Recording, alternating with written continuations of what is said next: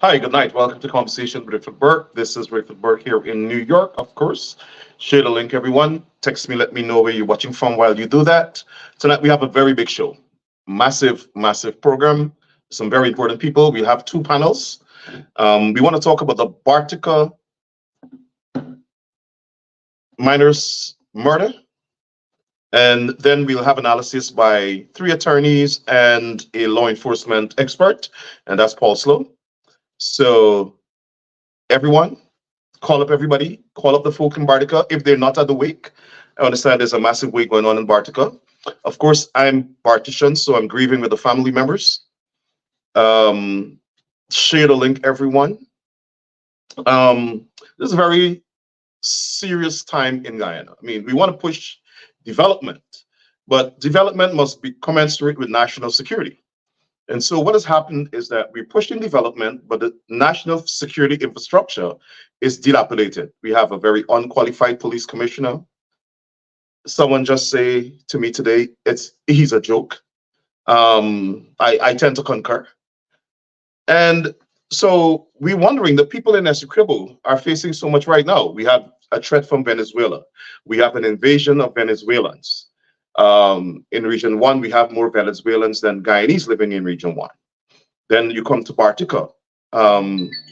I was talking some while ago with the regional chairman for Region 7, who told me that while he was visiting districts in his region, while he was visiting districts in his region, once he was actually stopped by Venezuelans.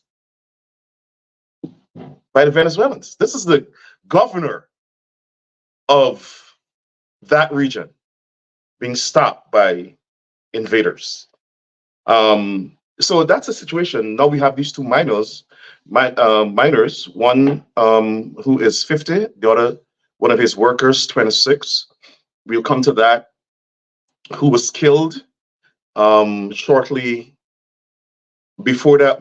We have several murders throughout the country. And then even sometime earlier last year, we have another two miners that were killed. We revisit all of those issues. And then we look at a statement from the Guyana Miners Association calling on the police to protect miners. But it's not only protect miners, protect the people in Essequibo, protect the people all across Guyana. We have a national security crisis. We have a breakdown in security. We have violent crime on the rise. And you know what? The government is gearing its national security towards people who are political enemies of the government.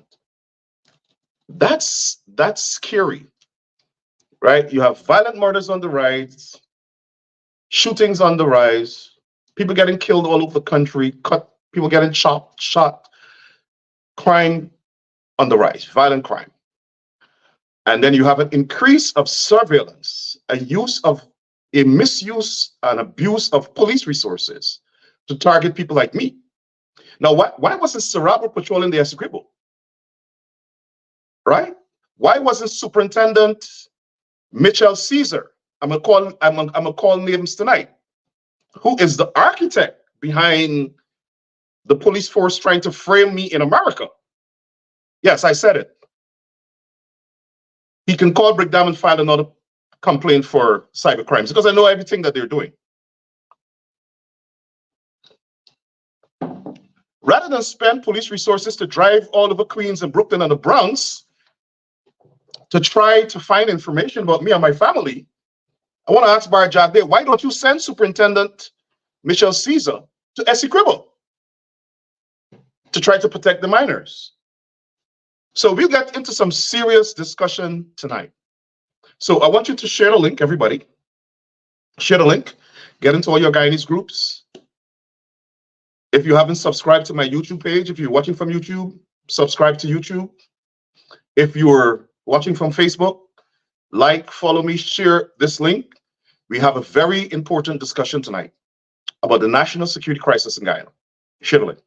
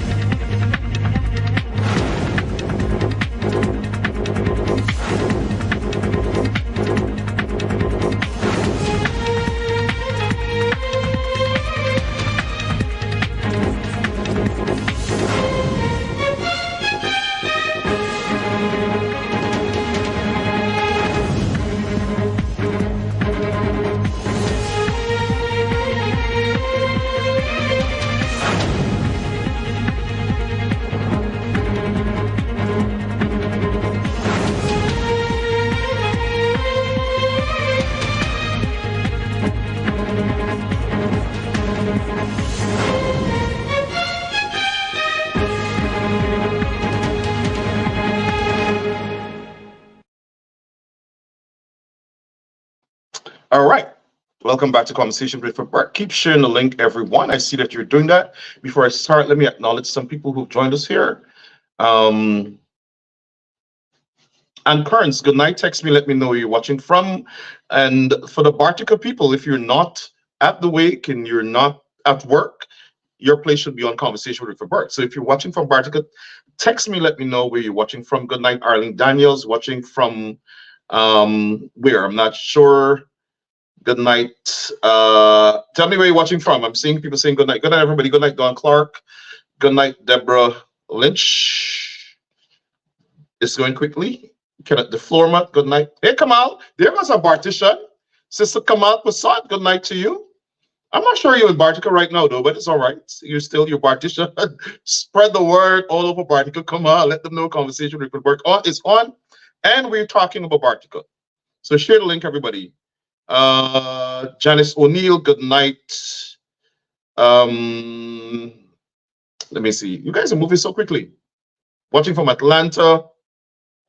Corviton Skeldon, good night. Good night, Marine Scott from Brooklyn. Brooklyn in the house. The Bronx in the house. Lloyd McAllister, good night, sir. Tunapuna, Trinidad and Tobago, Alison Sam, good night. Share the link, everybody. Share the link, everybody. We're not going to start until you guys get at least 10,000 people here. So the quicker you get 10,000 people watching, the faster we'll start. I'm joking. Miss Aline from Barbados, good night. Brian Lewis, good night. Good night, Daniel Mitchell from Brooklyn, California in the house, Germany in the house. Hi, Kamal. Kamal said Bartica is in her, yes. Phil Class, good night.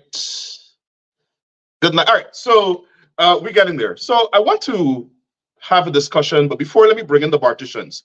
Former Mayor of Bartica, my brother, Mr. Gifford Marshall. Good night, sir. Welcome to the show. Good evening to you, and good evening to all the viewers. Thank you. Are you watching from Bartica or are you in Georgetown? I'm in Georgetown. Actually, I was I was out of the country, and I came back a few days ago. So I've not gotten there as yet. Thank you very much. We appreciate you joining us. And we have Regional Councillor, Mr. David Daniels. Good night, sir. Region 7 Regional Councillor. Yes, sir. Hi, good night. Good night again, Mr. Bork. Good night, Mr. Marshall. Thank you for having me on your program. Good night to the viewers in Guyana and across the world. Good night. Good night. Good night to you, sir. I think we have also, oh, we don't, okay, he's not on yet. Now, we're supposed to be joined by the regional chairman. I'm not sure if he's going to get an opportunity to join because he's currently at the wake. But before I actually start the program, so viewers can get to understand exactly what is happening, let me just play a news clip that highlights the situation in Bartica currently.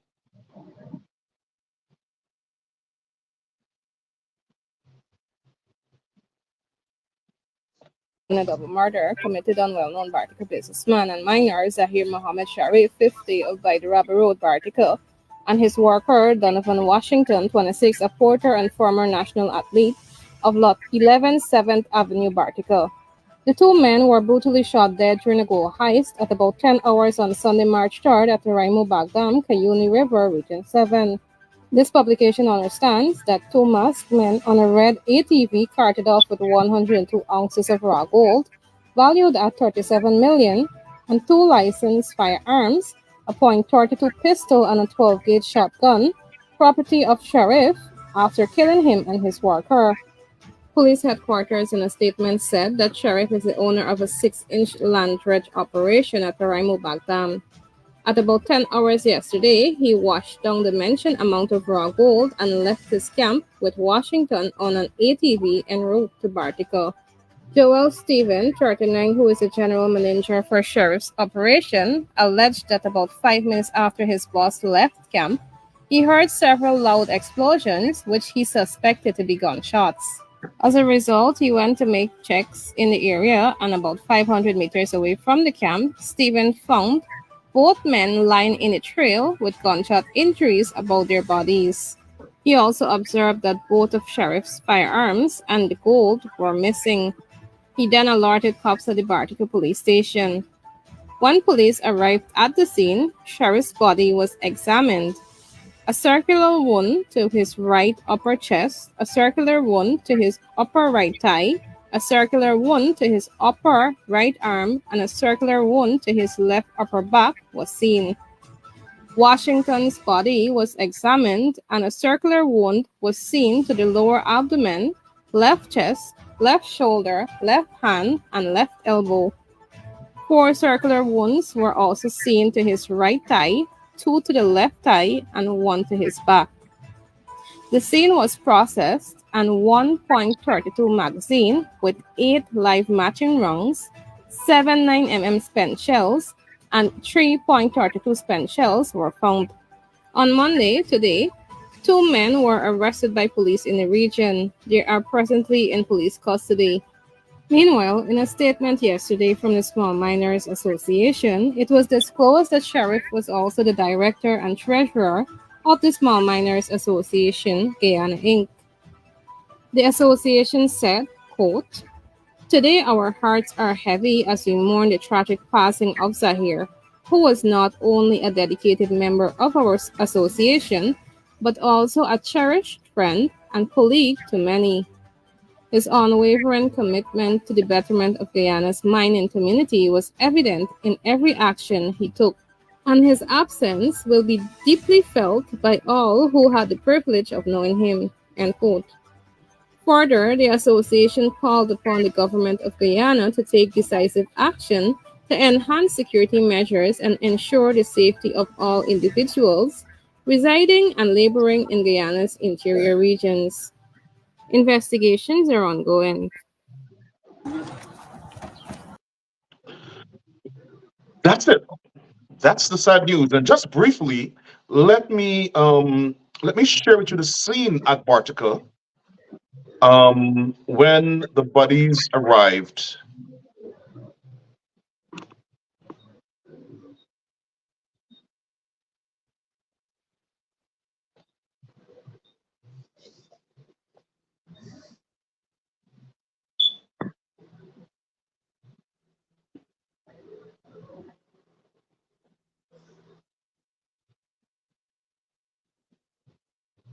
Shari 50 of By the Rubber Road, Bartica, and his worker, Donovan Washington, 26, a porter and former national. I guess that's the same thing. I don't think I got I think we got them mixed up. But it was a terrible scene at Bartica there when these bodies arrived with the family members seeing it for the first time. I just got a note here that somebody's telling me, Rickford, I think Donovan might be related to some of your relatives in Bartica. I'll check that out later. Gifford, as the mayor of Bartica, how do you feel that this heinous crime happened? I during the dust up with the Venezuela border issue, there were complaints from Barticians that there was a lack of security presence in Bartica. People weren't seeing soldiers in Bartica patrolling.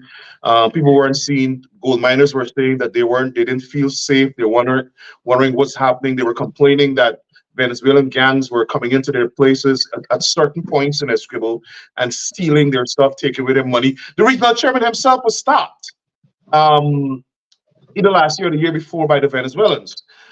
As the mayor of Bartica, how do you feel about what has happened here and the security situation in Bartica and Essequibo itself? All right. Thank you again, Rick Ford. Can you hear me clearly? Clearly, loud and clear. All right. Perfect. First of all, not the mayor, right? The former mayor. I demitted office. The former mayor. Yeah, I demitted office since June last year. Rick Ford, before we go further, I want to use this opportunity to convey to the family of Zahir and Donovan our deepest sympathies. And we know that what affects one in Bartica affects all. And it's a very, very sad time. Zahir also played a very important part, not only in mining, but I know the Muslim community is shocked and they're very hurt. He's young, vibrant, and somebody who would have been making tremendous changes to, of course, our beautiful community of Bartica. So to his family and Donovan Washington family, we express our deepest sympathies. And I just want to stitch in here to we lost Pastor Yassim. If you are Bartician, every Bartician knows Pastor Yassim, and I know the Christian community also is grieving. So a lot is going on at the moment. What took place a few days ago not only hurt us, but I know it affected our Riverine communities, the entire region, and I can guess the entire country at large. Whenever these crimes are committed, when I was in office, of course, we came together, all stakeholders, to ensure that justice is served. And I'm confident that all stakeholders, I'm sorry the regional chairman won't be here, but I'm happy David Daniels is. But I'm confident that all stakeholders will work together to ensure that those persons who committed this crime, they're brought before the courts and pay for what they've done, because we cannot continue to allow such to continue among our people, in our tongue, in our region, and more so in our country. In regards to Venezuela and its threats, I, being the mayor for a period of time, I was privy to security information. And at that time, I was at least comfortable with the arrangements in place to ensure that our people remain safe, to ensure that our people are protected, knowing fully well who we were up against. Now, security is close to our hearts, and always, especially since the Bartica massacre, we all know the sleepless nights we had since that event occurred. As a matter of fact, February 17th was the anniversary to say since that massacre took place, and of course that changed our lives forever. And I think that all Barticians, as they pray every day, would not want to relive that day. And like I said before, we need to ensure that our community remains safe. We need to ensure that the region remains safe, and also the country. I'm going to push you a little harder here. Yeah, Are no you problem. satisfied with the security arrangements in Bartica and with regard to Bartica residents traversing the back dam and back to Bartica? Residents are telling me that sometimes you don't even see police patrols out there. So is there adequate security in the Cuyuni, in the Mazaruni area, for minors, for residents, for business owners, shopkeepers, and so on? Do you think there's adequate police security arrangements there? I can't speak. I can't speak for now because, of course, I'm out of office. But I'll say this much. Rickford. There are shortcomings in every aspect of our lives. But when it comes to security, I just want the criminals out there to know that if a crime is committed, they will be brought before the courts. They will be caught. David, welcome to the program. This is your first time, so I hope you enjoy your time here in conversation with Rickford Burke. You're a regional councillor. I presume that you might have some information, privy to some sort of information in terms of the security arrangements in the region. But I'll ask you specifically, as a representative of the people, you're a serving councillor in Region 7. Gifford was Bartica's mayor, so he was limited to the boundaries of Bartica, but you're a regional councillor, so you serve the entire region, even though you might have a constituency. Are you satisfied with the policing arrangements in Region 7? Do your constituents tell you that they feel safe, or they need more security, more policing, more GDF officers patrolling that area so they could mind their goal in peace and safety, and they can bring their production out in peace without being shot and killed? Well, once again, thank you for having me on the program, Mr. Bork. And thank you again for this opportunity to shed light on the security challenges facing Region 7 and also our country and our mining industry. I'd just like to add, I'm also the chairman of the Small Miners Association, Guyana Inc., chairman and managing director. So I give you a perspective from the regional, from the council side and from the mine industry side. Great. Of course, we feel, and before then, I like to express my condolences to the Zaire family, to Donovan Washington family, and to Pastor Yassim. Zaire was one of our directors and treasurer because he was one of our founding members. I like to say founding members of the organization, founding member of the organization, because we felt the need that this was one of the challenges that why we created the Small Miners Association, to make the necessary representation and recommendation to ensure that these issues are brought to the forefront. Very tragically, very sad to say that Zaire, in the manner how he and Donovan got killed, and just like Mr. Marshall, I do hope that justice prevails and ensuring that those perpetrators are brought before the courts. Now, when it comes to enhanced police, if I'm comfortable, I do think that there are shortcomings indeed. I do think that there are checkpoints. They are checkpoints within our region, but I still think that given the vastness of Region 7, that we need more police outposts. We need more police patrols especially in area like Aramu, in the area like Puruni, because in Middle Mazaruni there is a police checkpoint.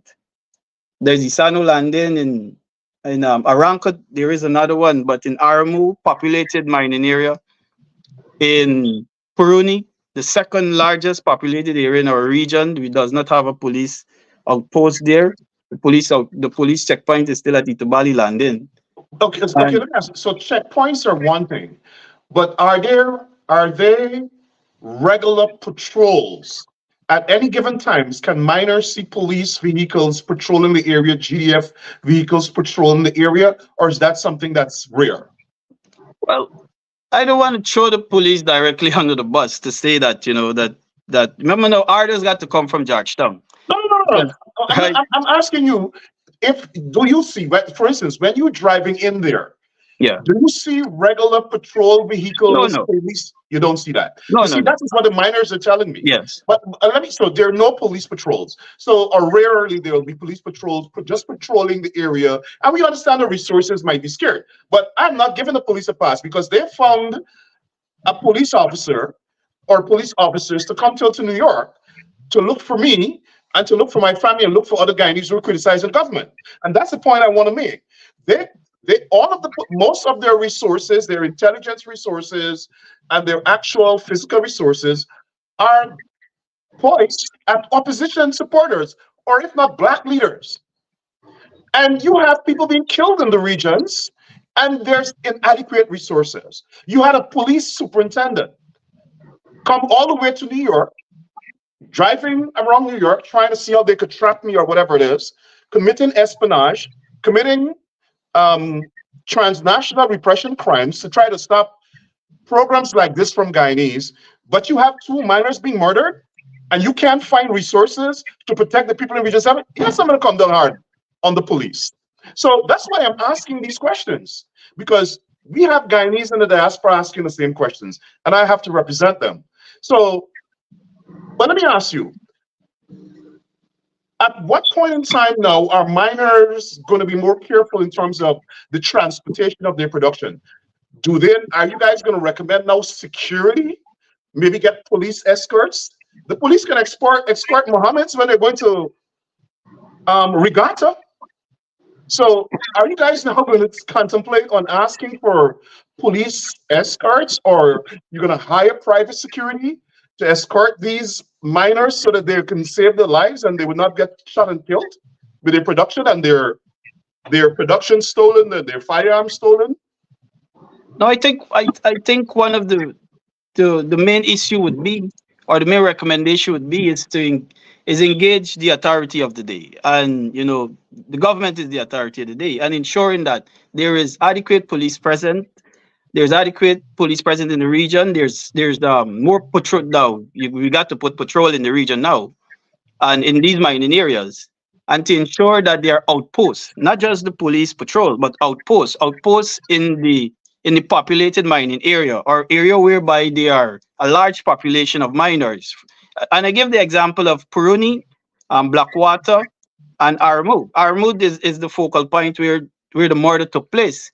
Mhm. And we keep making these suggestions that it should be a police outpost in the back dam itself, because when you got to when a crime is committed, or a crime to be committed, or there are criminals in the back dam, if there is a police checkpoint there, if there is a police outpost there, it gives the level of deterrent from the criminals or the perpetrator to commit an act. Now it wouldn't just squash the whole idea of they committing a crime, but it would deter them in the manner that the police are directly there. Now, from the perspective of the Small Miners Association, now we lobby to ensure that there is the National Intelligence Committee, Hinterland Intelligence Committee, that small miners are the largest demographic of miners within the country. And the small miners, from our organization standpoint, we are not on that committee. So they mean that there's short stakeholders on that committee. They are the GGMC board, to say that we are not on the GGMC board, and we have sent correspondence why we should be on the board, because of the large amount of membership and the volume that small miners, or the mine who's in the mine industry, are the largest demographic or volume of minors, and the larger the stakeholder, the more representation can be made. And we do hope that that this is a very sad situation, that the authorities, the powers that be, see the need and ensure that more voices should be on those committee. You got to be a representative from the actual region. You can't be in Georgetown and you making decision and policies from in Georgetown. You got to get people from the actual region, from the actual center where goal are being mined. Yes, of course, there are others on those boards, but the small miners are the majority, and the small miners' voice should be heard on those two boards. Those are very two important boards. And for security, and with this security threat that small miners are faced with, especially when it comes to bringing out production. Now the larger guys, they got their security and everything. They're more equipped. But the small man, we are the ones who are more in danger, more inclined Because to be attacked. Zaire had weapons. I mean, there were two weapons. One presume that both of them probably had weapons, and they were probably ambushed. So obviously there needs to be some kind of security to protect these people when they come out. Let me ask you this: last year, didn't we have a similar situation where I think two miners or at least one miner was shot and killed? Yes, we one of the ranger for some guys were killed right in our move also. Now we need now justice have to prevail. Now the police need to do a thorough investigation and bring these criminals to justice, jail them. Now we got our resources that we never had before. That is oil. Now we got gold. Gold has been the backbone of Guyana for all the years. They are nothing else but gold. Gold is the number one contributor of our Foreign GDP, exchange. or Okay. foreign exchange, everything and nothing else. So we can't question that. But now that we got these other resources, oil, Oil we and can gas. use oil and gas. Now we can use the revenue because billions of dollars in taxes is being paid from the mining industry to the state. Now, given the fact that we should use these resources, now how can we develop the mining industry? How can we develop the security aspect? We in short of money. We sure in short of money. We in short of resources. Now we got to put those resources to use and ensure that our citizens are safe. Ensure that our interior communities are safe, because this strategy shouldn't happen again. We supposed to ensure that we deter those perpetrators, those criminals, and we got to do better screening also of Mhm. who is going into the interior and who is coming into our country. We got to do more screening. We just can't pass a checkpoint and just go in a checkpoint. We're supposed to know there are laws, there are provision in the Mining Act, in GGMC work plan worksheet, that all of these protocols supposed to be followed. And the police is also there at Itabali checkpoint. Um, we have 5 more minutes with you guys, and then I'm going to bring in the second panel to basically analyze the policies and all that with regard to national security.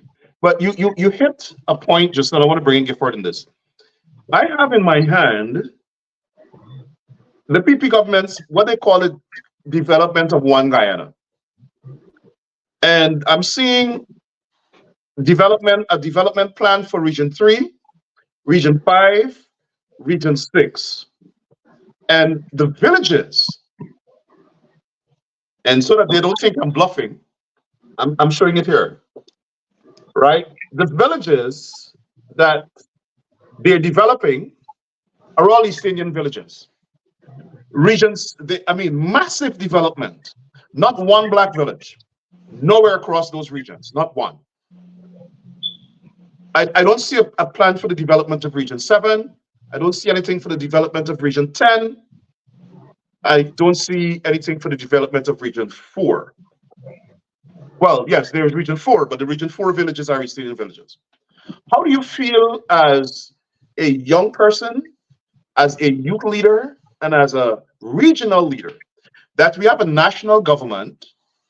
And I'll ask both of you this, but let me go to Gifford first, because you were a mayor and you dealt with policy and planning. How do you feel that we are at this stage right now? And Your young regional council for Bartica is talking about you have oil resources, but Bartica, your town and your region, to this day, is not benefiting from the resources, not security wise, not health wise, not social services wise. You're a leader in Bartica. I'm sure you haven't retired from politics.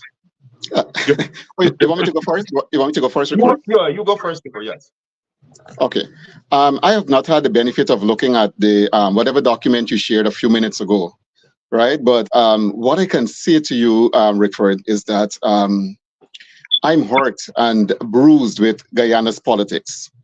Um, if you are from a community that don't support the government of the day, you see um, uh, not much transformation. And if you were from a community that, in support of the government, you see a lot of resources being poured into that community. And I think that that is something that definitely needs to change. I'm one of the Guyanese who's hoping that next year, come 2025, we have a change in our politics. We have a change in the manner in which we do things, right? Every Guyanese should benefit from the pie, right? Every Guyanese. I've seen projects happening, Bartico, but I also know that the type of support that, for example, when I was mayor, that we should have gotten to execute some programs and activities, it was denied, and it was denied based on a political perspective. And I'm saying here, I know we only have, you said, 5 minutes. We definitely need to have a change in our politics and a change in where we think.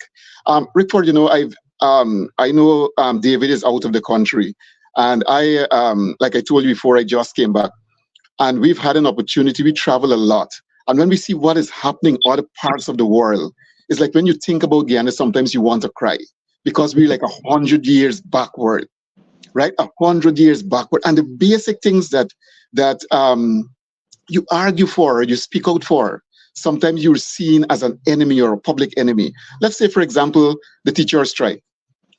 I cannot understand why we would think that the teacher strike was political.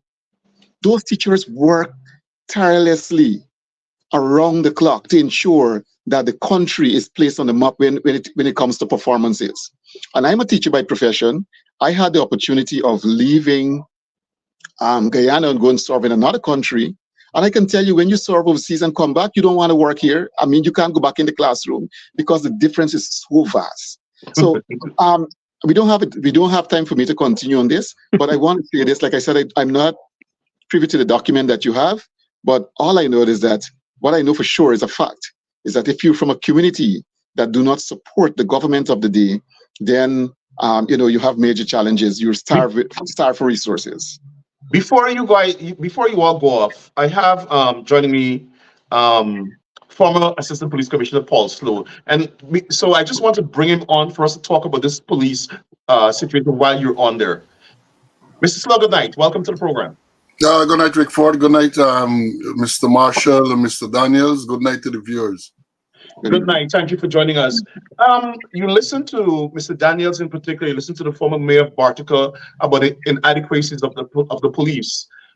He talked about more police patrols, more police outposts in the hinterland.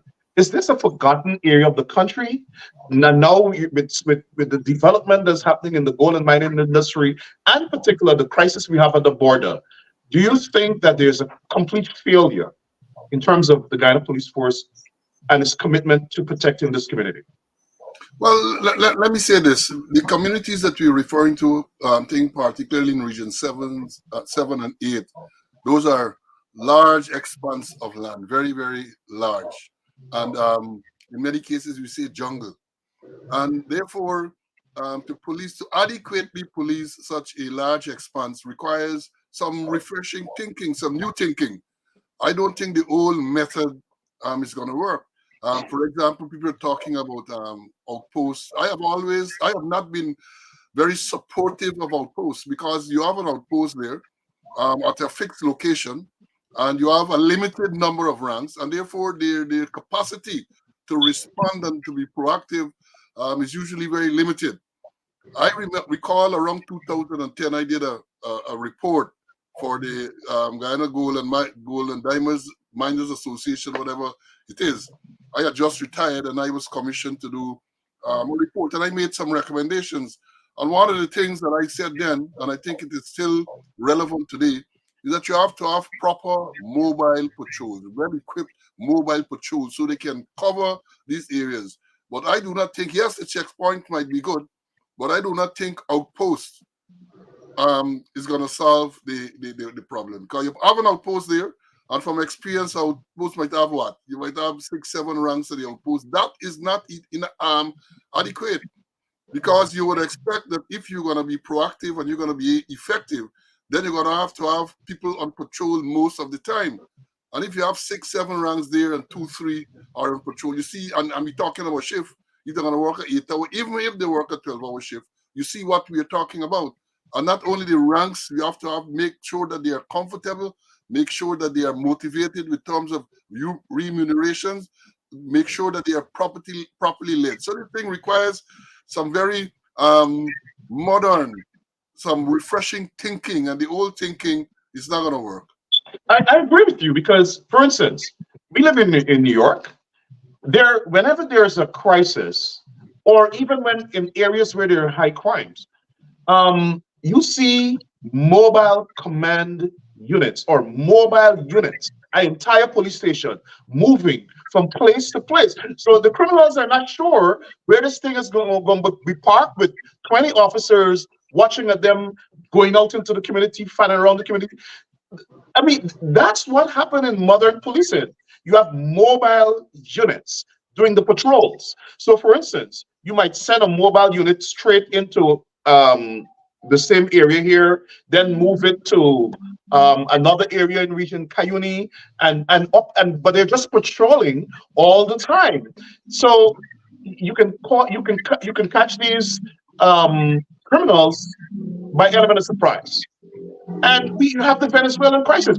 I just saw someone sent me, someone in Bartica just sent me 2 people that they're claiming are have been held for questioning, and I'm not sure who they are and why the police hasn't said who they are. They don't look like Guyanese to me. I could be wrong.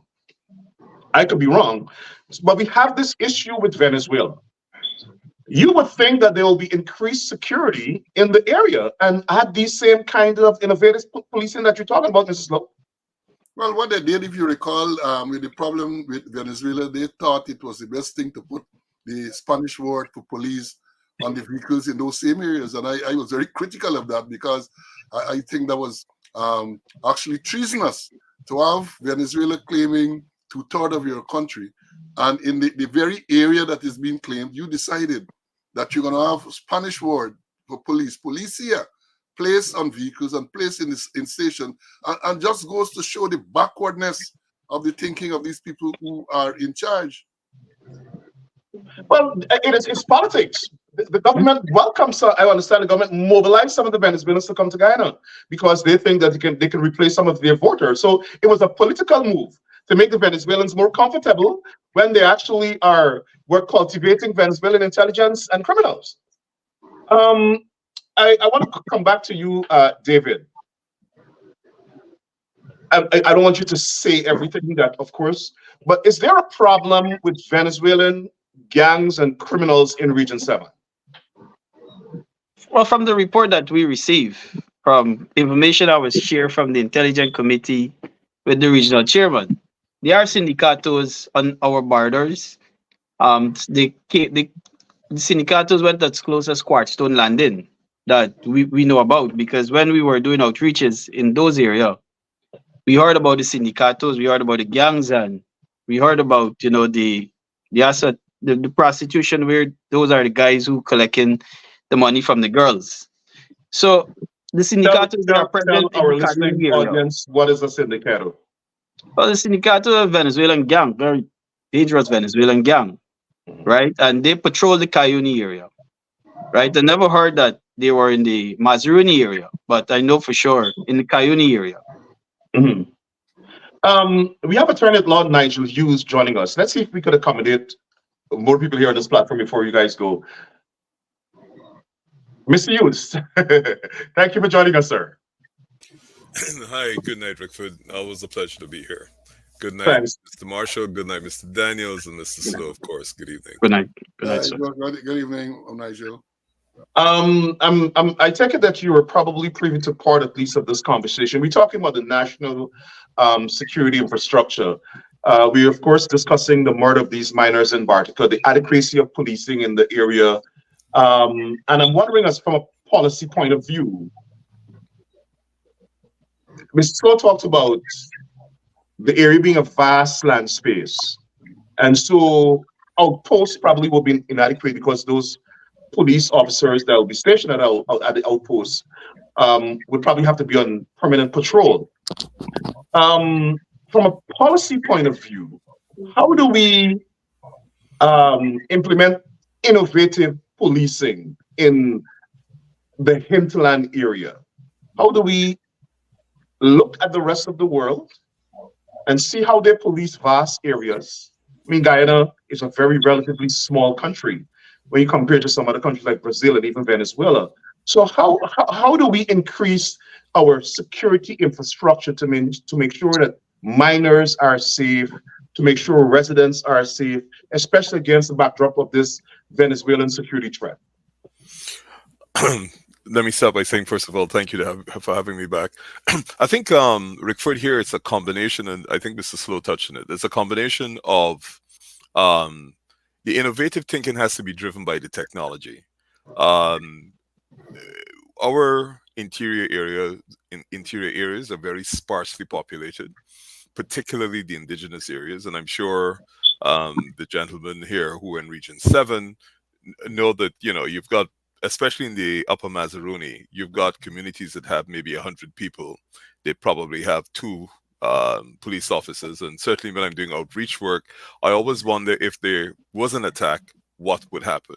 What we have to do is combine the technology. You can buy satellite time relatively cheaply now, which you can use to cover areas. You've got drones that are capable of patrolling. I'm not sure that, certainly in the terrain that is in Region 7, 8, and 1, that you can put enough manpower out there, because there's a limit in the number of police officers you have out there. What you need is a quick reaction group that is capable of getting to a particular location pretty quickly if you've got sort of aerial surveillance, which is the best I think you can do. And it's got to be a combination of that plus local intelligence. Most of those communities know when strange people are either passing through or passing around those communities. And so they can tell you, especially in the narcotics business, when strange aircraft are heard in the neighborhood.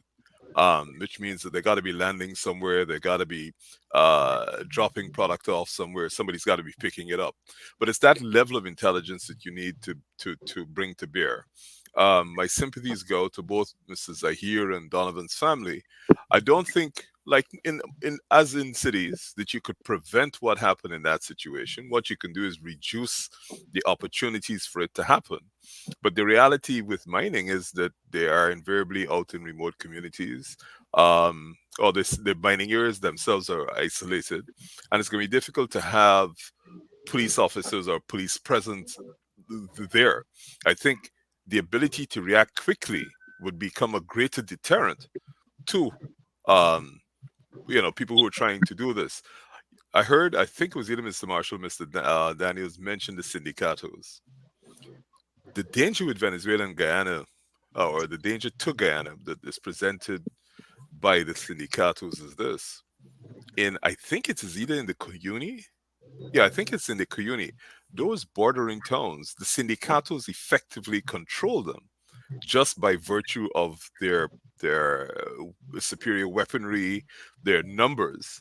And to get down the river, you actually have to pay a tribute, from what I gather, in some areas, to the criminal gangs to be able to be allowed to operate. I think that presents. When you say tribute, what do you mean? You have to pay them? Yeah, you got to pay them. If you want to come in the Cuyuni from the Venezuelan side to mine in Guyana, you got to pay It's like in New York. You got to wait. We used to have it in New York. You got to pay the boss man, and the boss man is the syndicatos.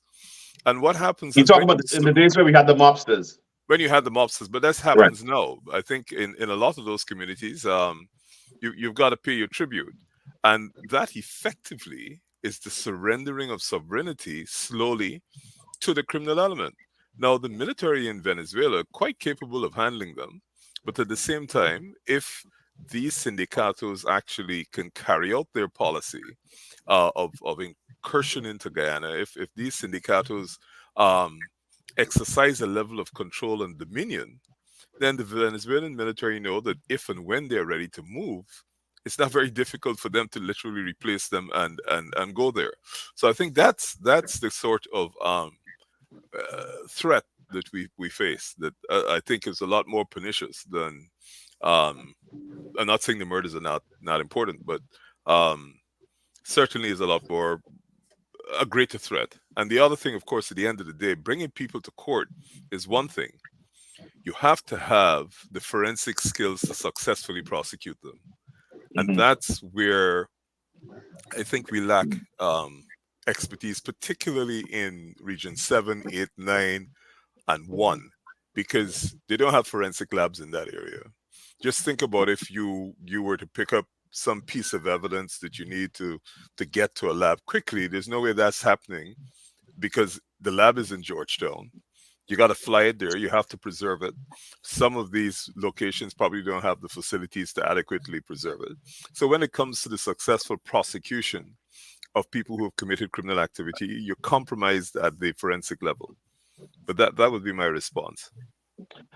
There's another piece of video that I want to show, which is the reaction. And I think during this video, we may be able to get a glimpse of the two people allegedly that have been held in connection with this crime, and or at least a questioning. And Attorney at Law Amanza Walton Desir has joined us, and I want to bring her in and ask her about the foreign policy element of this. How are we dealing with Venezuelans? How are we going to flush out criminals from among people who have legitimate reason to flee? Let's look at this footage.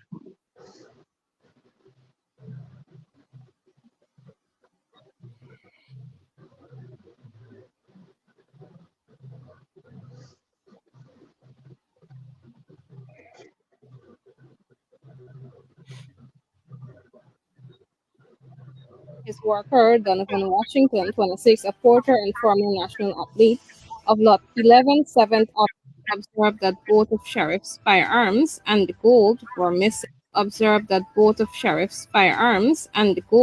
missing. He then alerted cops at the Bartica police station. When police arrived at the scene, Sheriff's body was examined. A circular wound to his right upper chest, a circular wound to his upper right thigh, a circular wound to his upper right arm, and a circular wound to his left upper back. I think that's the same report that we're listening to. I'm going to try to get the same tape. Let me bring in Ms. Walton Desir, Member of Parliament. Good evening. Thanks for joining us. Good evening, Rickford. Good evening, gentlemen. Good evening. Thank you for the invitation. Always a pleasure to be on here with you.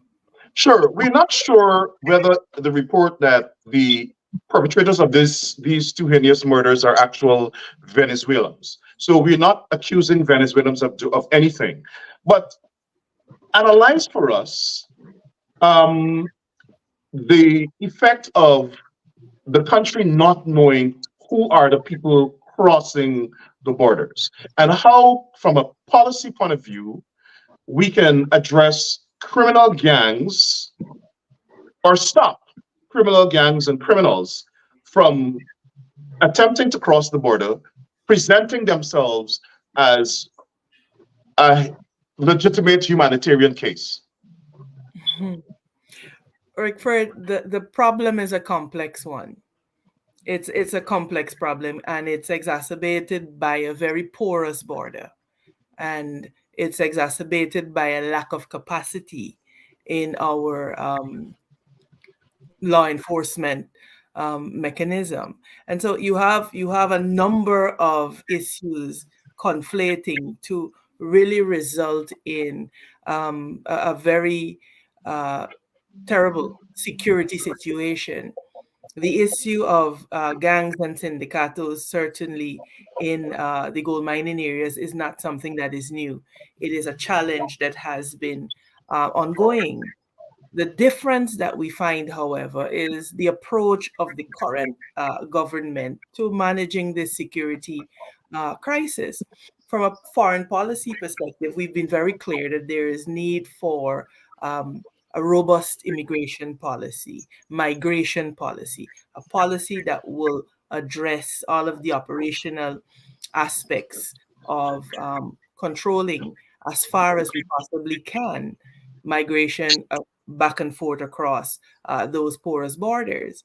The government has been unwilling to engage in the hard work that crafting such a policy will take. And so from a policy perspective, it's woefully lacking. The other issue that you have is the short-sightedness of the government in terms of planning. I noted earlier in the program you alluded to a certain report that is out there and the plans and the areas that they're focused on. Now, this is where I have a difficulty with the short-sightedness of the government, because the priority should be, as far as possible, continuing the development of those townships that the coalition government had started. It was a deliberate strategy, because it would mean that within each administrative region, there would be a build out from the center in the form of a township, and we would be able to develop those towns. Instead, what you are seeing is a concentration of resources on the coastland. And I want to be clear, we're not saying don't develop the coastland, but I would have expected to see greater emphasis being placed on the development of the Essequibo and incentivizing the occupation by Guyanese of the Essequibo, particularly because there is a neighbor on our western flank that erroneously believes that it is theirs. And so it is the lack of an overall plan and a lack of the inability of this current government to see that these things are very interrelated. So you invest heavily on the coast in the context of global warming and rising sea levels, and a coast that is 6 feet below sea level, and you neglect the Essequibo, a region, when taken in total, is responsible for about 75% of our GDP. So it's a conspiracy of incompetence, of lack of capacity, and it is exacerbated by a government that really has no clue as to what it's doing. Pause a minute. I think this is the video I was looking for, where residents of Bartica just sent it to me saying these are the suspects with regard to this killing. So I'm not sure that these people are going to bring suspects on an ATV when they've committed such a heinous murder. But maybe they're witnesses. But so the people of Bartica have sent this to me, and let's see the rest of it and listen.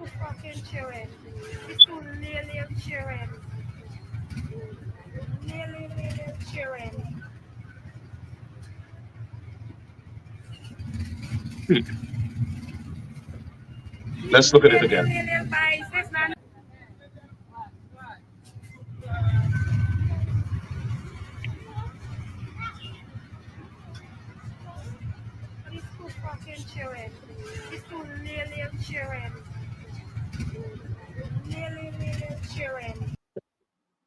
Mr. Slow? Well, the comment seems to suggest that they are indeed suspects, and I mean, what can I say? If they are indeed suspects, look at the manner in which these people are brought in. These people, if they are suspects in a murder, no type of restraint, no handcuff, nothing at all. Well, I think both of them are handcuffed together. Well, it's really, really sad to see. And again, we say we don't know if they are suspects, the comments on the video seem to suggest that perhaps they are, but I will be, well, I shouldn't say, I was about to say I will be disappointed, but nothing disappoints me in the operation of the force that I once so much loved in the way things going on. But if it is, I hope that a proper investigation is done and that they don't just pick up, because that is what has been happening. People are picked up to satisfy perhaps the outrage of the community. Oh, we arrest 2 suspects. And then what happens? Down the road, the persons are released and nothing happens. We had this case in Rosal not so long ago where the mother and her son, I think, were killed. And people run arrest, people were arrested. We are rearrested and rearrested, and until now, no charge can be brought against those people. So we have to be extremely careful. Only today, again, you would have seen where a man who was charged of murder, the DPP discontinued the charge yesterday after, almost 7 years. So having an arrest or people being brought into custody in pursuit of an investigation, perhaps is a good thing, but we have to go deep into that. Mr. Hughes alluded to it earlier. He spoke about forensic and all of that. So we have to make sure that if these people are indeed suspected of being involved in this murder, that a proper investigation is done so that we can garner the evidence to have a successful prosecution. I was expecting former Guyana Defense Force Chief of Staff, Attorney Law Gary Best on. I'm not sure if he's going to join us, but I wanted to ask now, and let me ask Daniel first, and I'll come to Nigel and then Amanza. Do you think that we should have now GDF patrols in that area? Well, I think that the GDF with the police, of course, is always welcome. Joint service, right? Joint service. I think that it would be not just a good show, but it would show strength that we are serious. And I say we are serious because I think in this aspect, government and opposition, we part of the government as a regional councillor now, that we are serious in ensuring the security of our people. Because very important in Region 7, 8, and 1, and let's say Region 7, that you have these patrols. I do agree with Mr. Slow and Mr. Hughes. Yes, of course, the mobile patrol would be more effective, would be more efficient. And to have the GDF on board, it will show strength, and it will give the mining community a sense of ease that this terrible act that just took place, that we have something coming, that there is the GDF ranks and there is the police, that the security of the industry is moving in somewhat a positive direction. Hopefully that the powers that be listen to us tonight. Well, listen to you. You're opposition. You don't have a stake in this country. But let me. That's your posture, right? Rick Ford, before we come off of this patrol with the GDF, we have to be careful. No. I'm not coming off of it. Before you, I want to come to you because something just came to mind. Yeah. And you'll incorporate your comment to the response to this. There's something that the government just formed with the strenuous inquiry of the opposition, called the Regional Security Force, which is a second-tier, basically secret police force to police Black people in them Black areas that they perceive to be resisting the government. I kid you not. I know people who are part of that Regional Security Force, and they have them in key areas on the East Coast, Berbice and so on, in Black communities, trying to see who are the people who are forming a resistance, shall we say, to the government. But they're not in Region 7, where we have criminal gangs, Venezuelans who are threatening our country, and Venezuelan soldiers at our border. No, they're patrolling the Black people because that's the enemy of the PPP. What do you think about what the young man just said, Mr. Councillor Daniels, and with response to the formation of this Guyana police, the regional police force, and the inadequacy in the hinterland region for security? Now, I was about to say that we have to be careful when we talk about GDF patrolling in these areas, because I don't think they have the lawful authority to patrol just like that. As I know it, they can come to the assistance of the police, so they can have joint patrols where the GDF is there in support of the police. So unless you have martial law or something of the sort, the GDF would not have the authority to perform that type of civilian duties to patrol. But we saw the GDF patrolling when Isaiah and Joel Henry were Unlawful. killed. It was unlawful then, and it remains unlawful. I commented on it because I was very much involved in that process as a senior police officer, as a person in charge of operations in the Guyana Police Force. And I know full well that once there is a situation, then you will meet and there will be a joint patrol where the police are always in charge, and the soldiers, regardless of the rank, are there to assist the police. But we have two attorneys on board. Perhaps they can bring Yes, some Richard. clarity to this matter. Let me go first, Nigel, and then we'll go to Amanza. I think Mr. Slow touched it. The mandate of the Ghana Defense Force is to protect the borders and the integrity of the country. And that is a completely different mandate from that of the Ghana Police Force. Normally, you only really have joint patrols where you have serious threats to the good order of society, and that's when you can actually co-opt the GDF only in support of the police. But the mandate of the Ghana Defense Force is to keep the borders secure, keep our national sovereignty secure, both physical borders as well as maritime borders. So the joint patrols, I'm not sure necessarily in these circumstances would work. But and forgive me for wanting to emphasize this, intelligence and technology is what's going to help you. You can buy that time and monitor the border.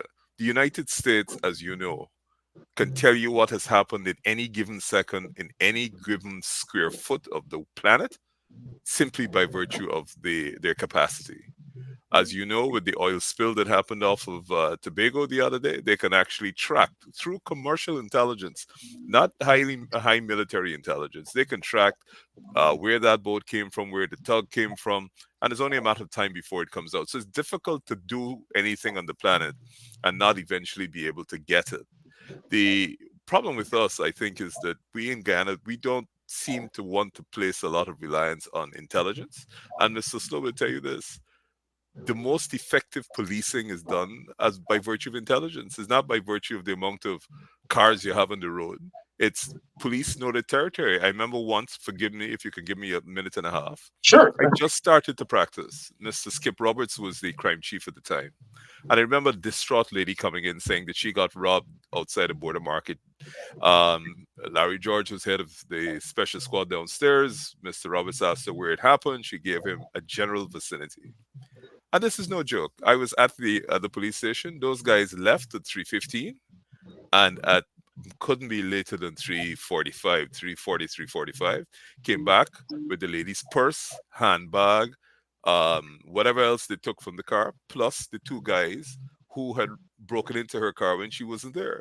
That could only happen when the police have good intelligence of who does what. Crime, like any other profession, has its specialists and it has its cast of characters.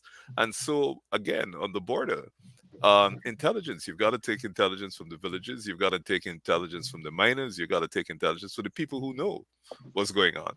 Somebody's asking if you weren't sure it wasn't the police that took the pub. Go ahead. No. This is back in the day when the police had integrity. The reputation of the police is a lot different to what it is today. Okay. But intelligence is important. Amanza? Yeah, look, I agree with the sentiments that have been expressed in terms of the use of intelligence and the use of technology. I think the problem that we have there, we just alluded to in terms of the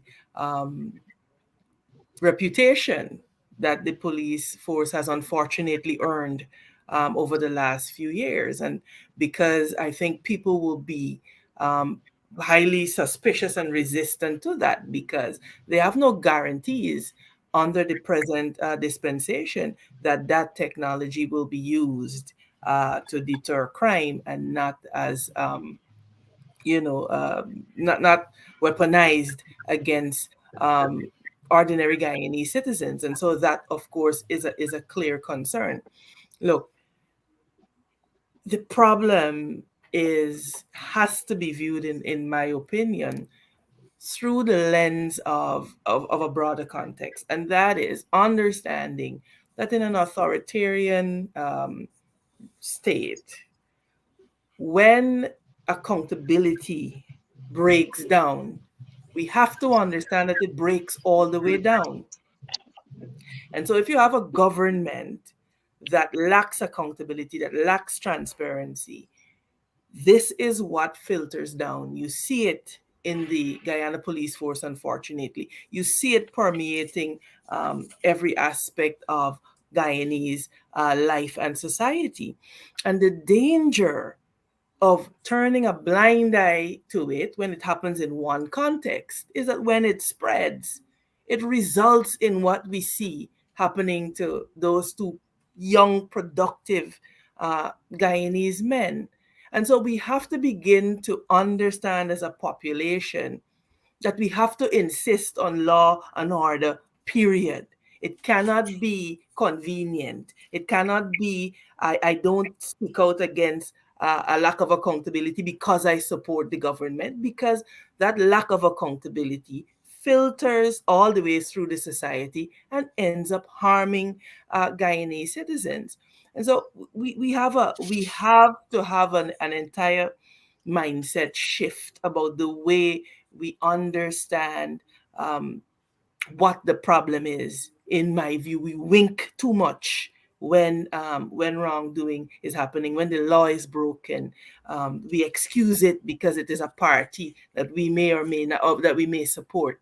So I really want to encourage us that we have to, in addition to all that the gentlemen have said there tonight, focus on that. And I really, really, truly believe that the focus has to be again on building out infrastructure in the Essequibo, occupying the lands as far as we can, and putting more of our infrastructure investment into that region. Amanda, you remember Parliament. I remember in the budget 2 years ago, the questions about this large budgets for this, what they call the regional security force. I'm not sure if your answers were or your questions were answered, but can you tell us, as far as you can, what this regional security force does and where does it operate? The people of Guyana, taxpayers are funding the bill for this regional security, this invisible security force. What does it do? As I sit here, I could not tell you because the questions have not been answered. And they've not been answered on the basis of the concern national security. Again, the lack of transparency is what is concerning. And so you have Guyanese taxpayers' dollars, as you've said, being spent on these forces, and there is no accountability as to what they're doing, where they are, how they are operating.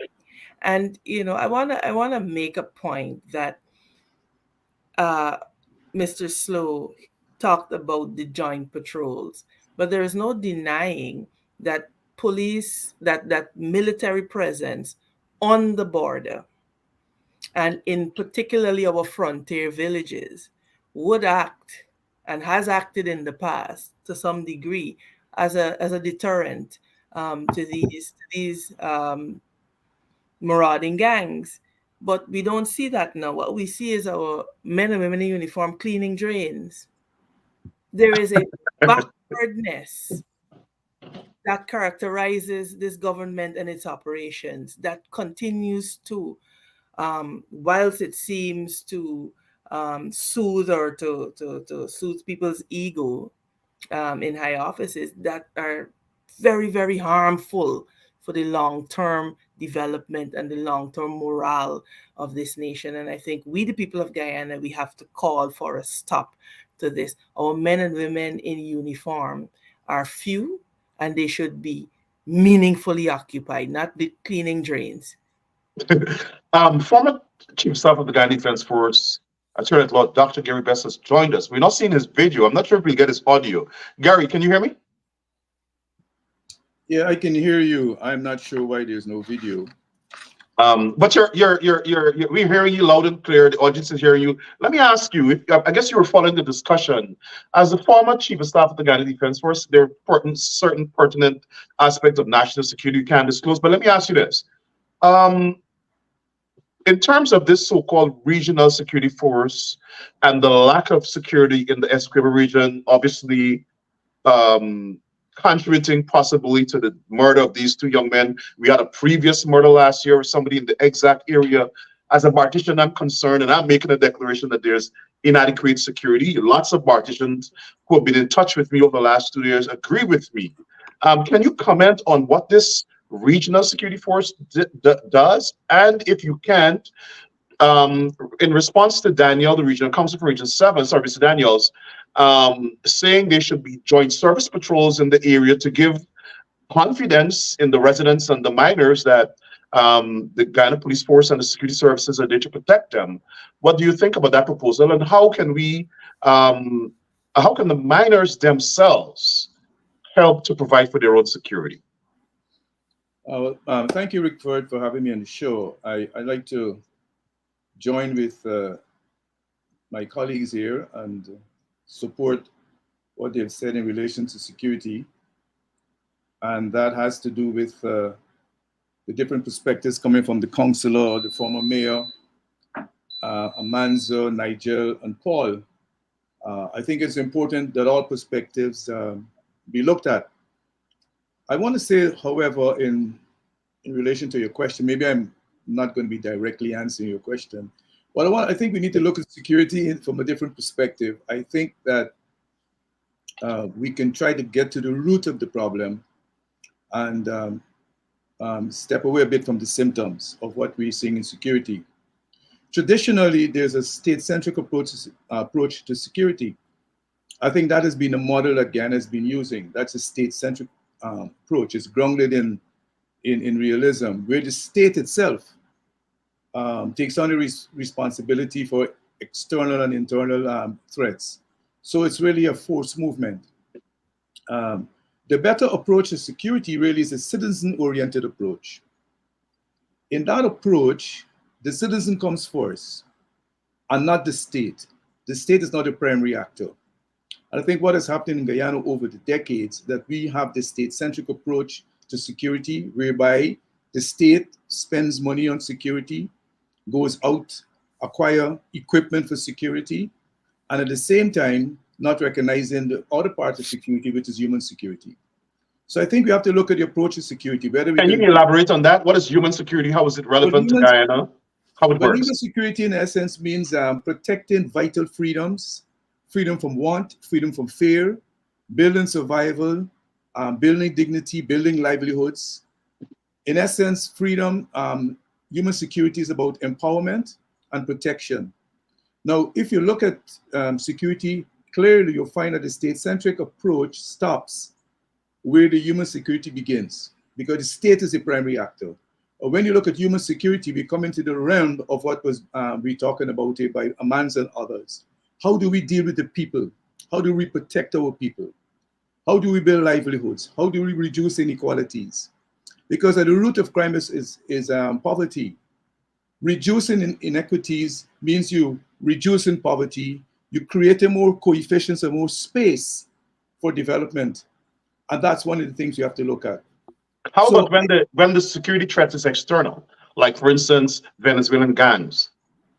Well, if you're talking about Venezuelan gangs with an external security threat, I mean, we've spoken quite a lot on having living frontiers within our interiors as part of the total national defense of the PNC over the decades. Total living frontiers. We talk about these frontiers that are living frontiers and defense frontiers. And then within the interior, we have these defense villages that we've established under the total national defense concept. So it is for the PPP to operationalize it. But that is not going to happen under the PPP. They're not going to operationalize it. What we're seeing is the securitization of the state by the PPP, and that's where it is dangerous. Where the PPP. How does that relate? If there's securitization of the state, how does it relate to inadequate security in Region 7? Or when you say the state, that you mean parts of the state? Well, parts of the state, yes, Rickford, but here's the thing. Here's the thing. If we're going to have proper security and effective security in Region 7, Region 8, it goes right back to the development plan for Guyana. What is the development plan for Guyana? And where that plan is going to be funded has to be funded out of the budget. If you look at this current budget, it is a stride people development. It is a stride community development. It is focused only on infrastructure development with 60%. So you're not going to get anything coming out of the budget for security. There's nothing in there. If you look at the GDF's budget, I wrote on this issue, you look at the GDF's budget, it is paltry in relation to what is required to manage both the offshore assets and the onshore assets. So the budget is not geared towards providing security in the state and of the state. The budget is not geared for that. If you look at it carefully, if you break down the budget, you'll see it is not geared towards security. It's not geared toward the people feeling safer. That's not the case in the budget, if you look at it very carefully. So we have to accept that the state-centric model is not a good model. The citizen-oriented model is a better model, where people come first, which calls for retraining of our police officers, which calls for the rule of law to prevail, which calls for the police officer to be not empowerment, but operating as a subset in the state. Those are all things that come with citizen-oriented security. And if we do that, I think in time to come, we'll have less problems within the security sector. We'll be able to manage it and recognize it. For now, how do we keep our miners safe and the residents in Essequibo safe? Because that's the concern. If you look at the comments, that's what people are talking about. People in Bartica, I'm from Bartica, people are texting me from Bartica, telling me about who they're going to pull their sons out from the back dam and stuff like that. How do we keep these people safe? Do they have to go into private security? And how about when we reach a situation where private security starts shooting and killing people? And then sometimes innocent people. So how do we manage this, and how do we strike a balance between the authority of the private security and the need for them to keep the miners safe? Well, Redford, let me mention this. The question was asked before, and someone made a suggestion and a comment about the role of the police force. Well, the role of the police is to serve and protect. And let me give an example. And I go back to what I mentioned earlier, state-centric approach. A state-centric approach translates into this. It translates into the government being above the law, the citizens subject to the law. That's what it translates into. It's a colonial construct, where the police believe it has to protect the state from the citizens as opposed to protect the citizens from the state. There are two different things, right? So when you're caught in that paradigm, that political paradigm, it's difficult for policemen to understand their role and their responsibilities to the citizens. And that's where we have this challenge. Now, coming back to Bartica, as the specific question you mentioned, the police has a duty to protect. When the police come upon a protest, the police don't see it as its duty to protect the protesters, but to protect the state from the protesters. Mm-hmm. The police have a role to protect. So those police that operate within the interior, within those communities, their duty is to protect. And it extends beyond citizens to the miners. Therefore, between the mining community and the police, they must come with a model which allows the police to protect them. And if more policemen are required in the mining area to ensure there's proper safety and proper control over the mines, with the miners to bring out their goal, then that is what the police has to do. It has a duty to protect. Not a favor, it is a service. And alongside the joint services, including the Guyana Defense Force, you can have a spread of activity that brings more security to the mining towns and the mining areas, coupled with increased resources to the regions and living frontiers being developed within those regions. They have to work together. But it's important for me to underscore this point, that the police has a duty to protect. And that protection extends not only to civilians, it extends to miners, it extends to people operating within the interior, and the police just have to find a methodology to work with the community to ensure they can protect that community and by the same time protect themselves. Nigel, there's a comment for you there in the comment section from Kamla Prasad, who is the current I think, current vice chairman for Region 7. Gary, you raised a very important point, and I kept hinting to it because police officers are complaining to it. The police force, and it depends on the leadership, but the leadership, the current leadership of the Guyana police force sees itself as, or sees its mandate as protecting the government from the citizens. There's no question about that. And so that's why you have police officers going and disperse people who are on strike, like the teachers' strike, or going to stop protests or shooting people who are protesting. And I dare say, police officers are telling me they do more intelligence work against black leaders and politicians, opposition politicians, than they actually do police work. Like, for instance, somebody said to me and showed me documentation that they were instructed to follow the opposition leader to Golden Grove. Documentation. I'm not going to say anything else to put people in trouble. But then you have, when Bartica was in power, and I've been saying this and nobody took me seriously on that until it became public. When Bartica was in power and Mark Benchcop was in jail, and CGID was very, it was GID then, very active, fighting for Mark's freedom. Gary, you were the chief of staff, I guess. But the Guyana Defense Force sent intelligence officers to New York to infiltrate CGID and to follow me. And we weren't aware until it's the federal government that brought it to our attention. And that officer apologized to me after. Now, and I was saying it all the time, they have intelligence officers following us in New York. And we've been working with the FBI to identify them and stuff like that. But it came full circle when the Guyana Police Force sent an officer, they claim it's Sarabo, I don't know, to my house, armed to the teeth.